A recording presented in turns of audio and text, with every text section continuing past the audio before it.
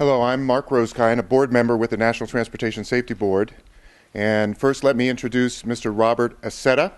He is the investigator in charge of the acts investigation. Today, I actually have quite a bit of information. As you know, it's only the second day of the investigation, and in fact, our investigators are working as we speak. I'm going to just begin with some logistics in that we had an organizational meeting last night, was the first one. The NTSB identifies parties to the investigation. These are groups that can provide technical expertise for the initial support of collecting factual information. So let me tell you who those parties are that are helping collect the factual information.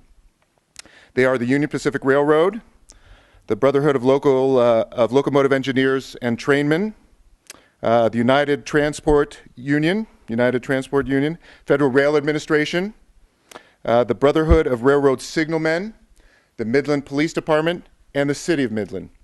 So those are all parties that help us collect the factual information. And I point this out because once the facts are in place, they no longer in any way participate in the investigation. So once the facts are in place, then the NTSB goes on to do the analysis, to determine the findings, the probable cause, and then issue safety recommendations. Now, I've been talking about 7 different areas that we've been focusing on. I'm going to add one, so we actually have 8 different areas.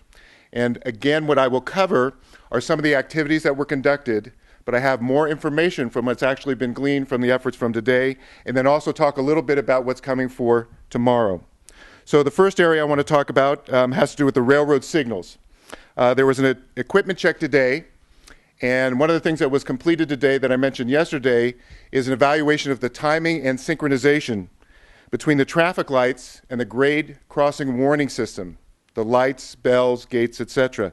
Clearly, the timing and synchronization of all those warning systems are very critical to the investigation. There was a full documentation of the roadway.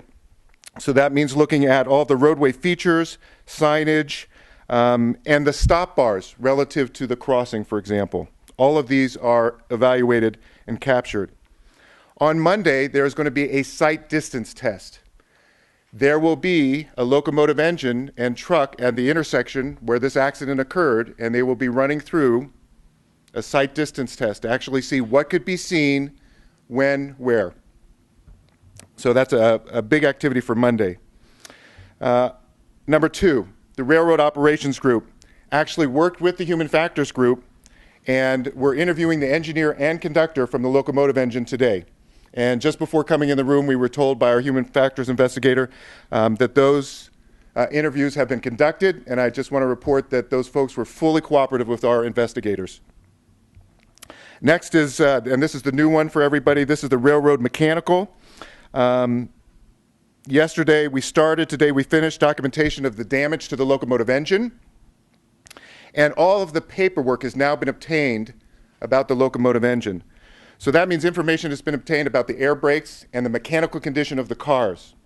So why that's important is that I can tell you at this point, all of the records and things that we've obtained show no anomalies, and the inspections have not identified any anomalies. Maintenance records were obtained, and there are no defects that are outstanding. And the third thing is, there was a full track inspection done today, and at this point, no defects have been identified. Now, this next part relates to the recorders. There's a lot of information here. And I'll go through this once, and then if we want to follow up during questions, that would probably be the most appropriate way to handle this. First, let me just remind you, we have 3 different video data sources. We have a forward-facing video camera from the locomotive engine. That's called a track image recorder, or TIR. We have video images that were obtained from a dash camera that was in a police cruiser to the side and then behind the tractor trailer, the parade float. Now, third, there has been discussion about witness video. What I want to make clear is the NTSB, to our knowledge, we have none of that. So there has been discussions about other videos being taken, etc.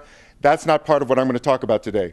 I'm talking about 2 pieces of video information. 1 from the locomotive engine, forward-facing camera, and 2 from the dash cam from the police cruiser. Now, the other piece of information we have comes from the data event recorders from the locomotive engine. So this, again, is the data being recorded about speed, horn blowing, etc. Because what I'm going to take you through now is about 21 seconds before the collision. And I'm going to give you specific information of what happened at certain points. And these come from the locomotive video, the dash camera from the cruiser, as well as the data event recorder. So, at 21 seconds out before the collision, the south traffic light turned green. And that's what it's supposed to do. That's to basically allow clearing of the grade crossing. At 20 seconds out, and that is actually an established federal minimum, the bells and lights on the mast activated. So the warning that's part of the grade crossing warning system are activated at 20 seconds out.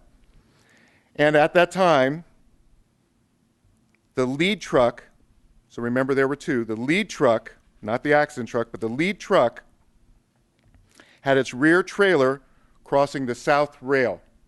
Remember, this is heading southbound. At 13 seconds before the collision, the gate starts coming down. At 12 seconds, the accident truck front crosses the north rail. 9 seconds before the impact, the engineer sounds the horn as a warning for 4 seconds. At 7 seconds before the impact, the gate strikes the float, hitting flagpoles. At 5 seconds before impact, emergency braking is applied, and then 75 seconds later, the train comes to a complete stop. So with all of this data, we've also been able to determine the collision happened at about 4:36 p.m. So that's 21 seconds before the collision, giving you a sense of a lot of the different pieces that happened right before the accident. The fifth category of vehicle factors. Today, the NTSB inspected the mechanical condition of the truck as well as the trailer. I mentioned yesterday that the Texas Department of Public Safety had their compliance officers out actually evaluating the truck, and our NTSB inspectors would be doing a more deep mechanical evaluation. That was completed today. We've also requested to have our research and engineering analysis investigators from DC to come out and try and download the engine control module from the truck. So in the truck, there's an engine control module. If there is emergency braking or rapid deceleration, it would record speed, engine RPM, etc. from the truck. But it's only recorded if there's emergency braking or rapid deceleration. So why that's relevant is those things didn't happen in this accident. So we've requested our recorder analyst to come and download the data, but our expectation is that it's not there. But we're going to be thorough and collect that as well. Motor carrier operations. Today our investigators interviewed the founder and also one of the board members of the Show of Support, the organizers of the activity. Number 7 was human performance. I've already mentioned our human performance investigators along with our railroad ops people interviewed the engineer and conductor. Again, let me repeat, those are actually finished now at this point. Obviously nothing's processed to tell you about, but those were conducted. Again, they were fully cooperative with our folks. Survival factors was now the 8th area. Our survival factors investigator has reviewed 40 different written and recorded interviews that were conducted by the police and provided to us. And so he has been reviewing all of those to determine who he actually needs to go back to for subsequent contact and interviews. So I've covered a lot of information for today. Again, I think it's important to realize we're not even at the end of the second day of the full team being here on investigation. I have time for some questions, and we'll do that now. What's the protocol on when they should start slowing down? Is it 5 seconds? Is it as soon as they see something crossing the tracks? So the question is sort of what the protocol is when they should actually slow down. I'm going to answer the first part and then let Mr. Aceta do a second part. One thing is, and this question has come up previously, this is a 70-mile-per-hour track speed that's allowed here. With all the warning systems and stuff going, they're allowed to go through at 70 miles per hour. So in that case, if they're just going through, there's no reason. In fact, as we've mentioned, this is a quiet zone where they're not supposed to be hitting the horn and blasting and making noise. Okay? I don't know if there's anything you want to add to that? the train. is if there's any other protocol, because basically they could come through at 70 miles per hour, which is the standard protocol. It's like when they see it, like if they can see it 30 seconds before, 40 seconds before. So thanks. Your question is, so when they can see it, how quickly should they respond? This is a very important question, which our sight distance test on Monday will help us with. Because what is critical to that question is, so when did the engineer actually see the truck? Okay. One of the things we've heard, for example, is how much did the truck actually be able to hear the sounds of the warning, for example? You know, there was a lot of activity going on with other noises going on, et cetera. Could you hear that? So that's part of what Monday's going to be. It's called a sight distance test. So you can actually see how far ahead could the engineers see, as well as the truck driver. When would that individual have been able to actually see not just the warnings, but when the train was coming? Can you go over the 21 seconds, particularly the 13 seconds and the 12 seconds? Because it sounds like the truck crosses the tracks after the gate has come down. Can you go over what happens in 13 seconds and then 12 seconds? Sure. At 13 seconds is when the gate starts coming down. Both gates? That would just have been, right? So that, yeah, okay. And because they both come at the same time simultaneously, right? And the 7 seconds? 12 seconds. So that's when the accident truck, the front of the accident truck, crosses the north rail. How can it cross the north rail? No, that's when they start coming down. And It's only started to come down? that's correct. And It's not completely. it takes about 6 to 8 seconds for that to actually come down. And so if you look at it, it's sort of right here in that range of it starts coming down, takes about 6 to 8 seconds to come down. So it's at 7, starts at 13. At 7 is actually when it first Okay. strikes the float. So that's right in that range of about 6 to 8 when it starts to actually coming down. Doesn't that mean if at 20 seconds the warning system was activated, doesn't that mean that at that point at 12 seconds, that second truck is crossing the track while the lights are flashing and the bells are going from that crossing? Is that correct? So, and I'll tell you what I'm going to let you do is I'm going to let Mr. Aceta come up, and rather than just repeat the question, let's go through the scenario. I did it once, you do just that piece once as well, and see if we can get that clarified, okay? What was the question again, please? If at 20 seconds the warning system is activated and the red light is flashing and the bells are going off, at 12 seconds is the second truck attempting to cross the track after that crossing signals are activated? Based on the timing that we've been able to determine from the videos that have been analyzed in Washington, D.C., that would be correct. The truck would be crossing just as the lights became active. Started to cross the front of the truck. As the lights became active? Yes. And as the gate started? There's a delay between when the crossing lights and bells begin and the crossing gates begin to come down. There's a delay in order to allow traffic that may be on the tracks to clear before the gates begin to come down. But I guess I just want to make sure, is it accurate to say that the driver of the second truck attempts to cross the track while the red light is flashing and the gates are coming down? We haven't had an opportunity to interview the driver, and we don't know what the driver may or may not have seen as the crossing became active. Which, hang on for 1 second, which is why I think what we're trying to do is just report the factual piece, and you've brought up a really good point. At 20 seconds is where the warning lights and bells start. Okay. And yes, there's action clearly where there's a vehicle in there, but there's a delay then of 6 to 8 seconds, in this case 7 seconds, before the arm actually comes down. So there's a delay when it comes down. So part of it is there's warning, and then the arm's coming down. So yes, there was. Red lights are going at 20 seconds. That's correct. To the person standing there looking at it. So that's correct. At 20 seconds, they're going, and the arm may be initiated, but it's not coming down until our. You got it. And so it's at 13 seconds when the gate starts coming down, within that 6 to 8 second period. Okay? We'll go there and then we'll come here. Yes. And again, it's repeating the question. Not the driver, the truck actually started crossing the tracks a full 7 seconds after the lights had activated. Yeah,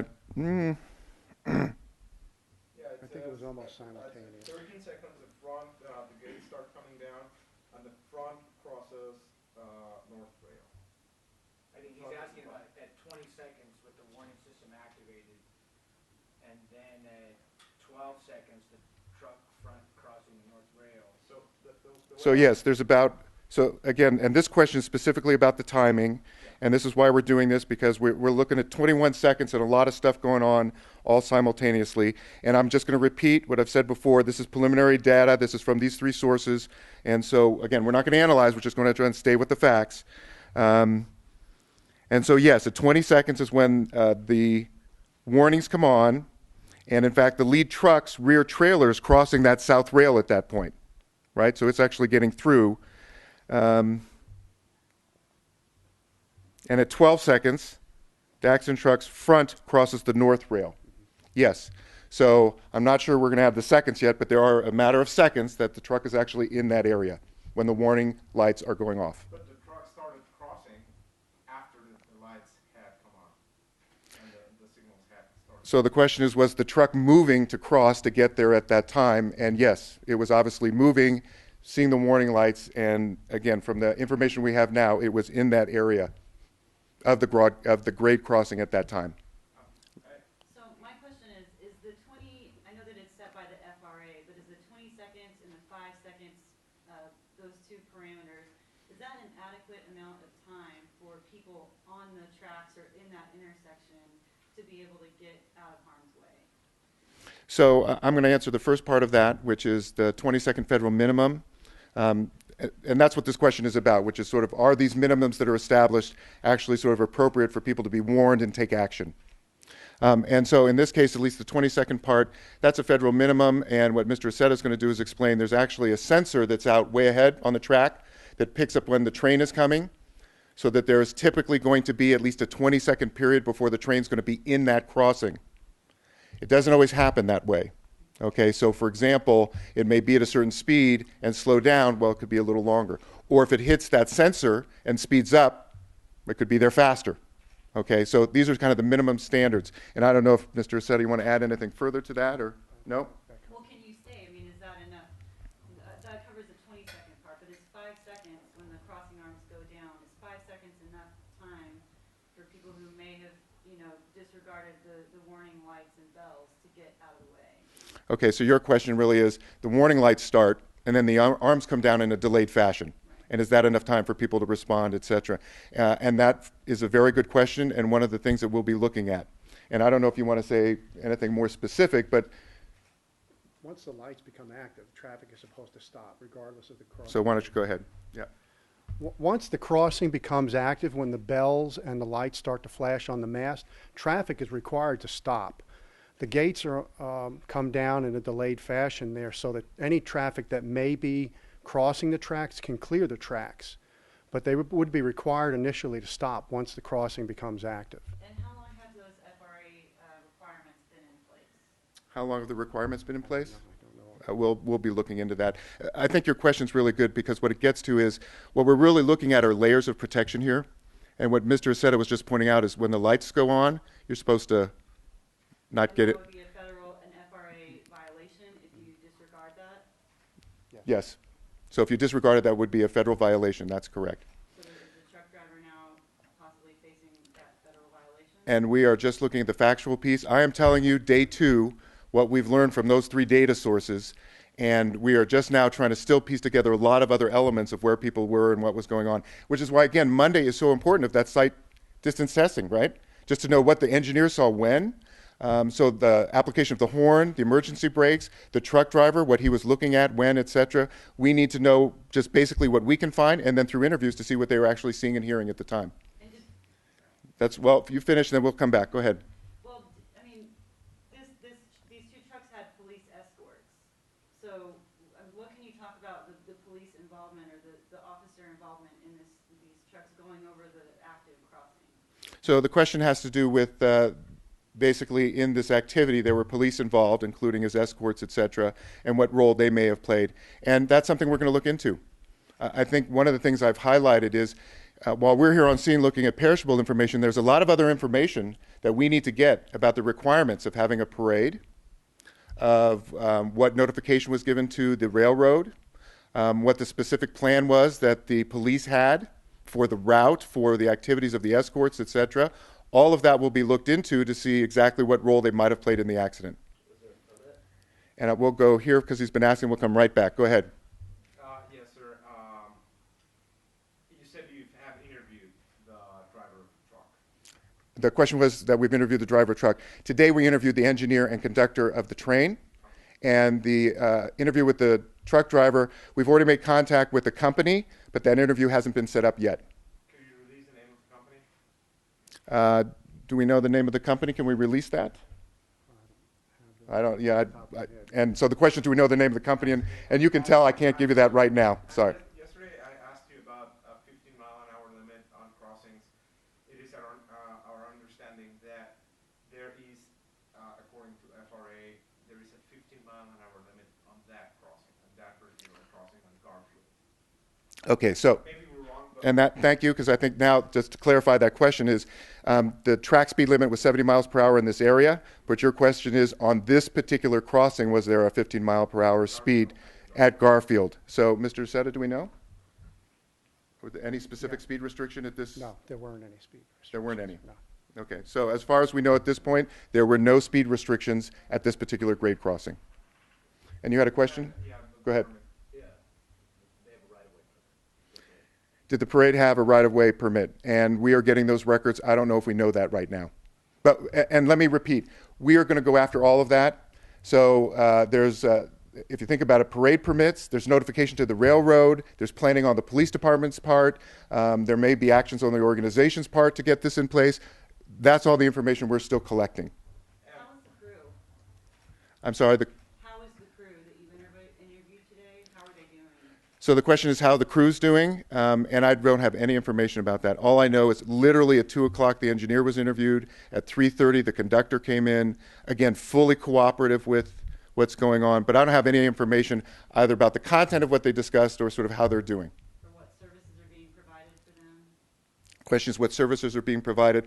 That I can tell you for sure, there's all kinds of services being provided. So the Union Pacific Railroad has all kinds of critical care and intervention stuff for exactly these kinds of activities.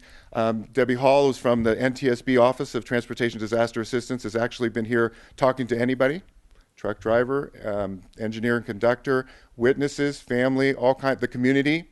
So those kinds of support activities. I don't know the specifics of what's been provided, but those questions get asked, and I can tell you Debbie Hall from our TDA group has already told us everybody's been in very good hands so far. Take one more question. So the warning signs, Well, everything was working properly from what my understanding. so the question is, at this point, does the data show that the warning signs and everything were working properly? And I'm going to use that as an opportunity to say, at this point, we have information saying the warning signs and things were working. Why it's important to say working is that we don't know if the timing and synchronization was correct or not. That's part of what we're still doing. And so again, I think at this point we can say things even about the truck, for example, right? Maintenance, the air brakes, the mechanical condition as I discussed. We haven't found any anomalies. It's still preliminary information, but we know these things were functioning at that time. Now you have an appreciation for us needing to go deeper, because just because they were working, we've already had the questions. Was it the right timing? Was the horn coming off, etc.? That's the kind of information we're going to have to fill in. We have a lot of information. We're going to do this again tomorrow, so if you want the next update will be in here at 4:30 tomorrow afternoon. Again, follow us on ntsb.gov or twitter.com/ntsb, or be in touch with Peter for other information, okay? Thank you.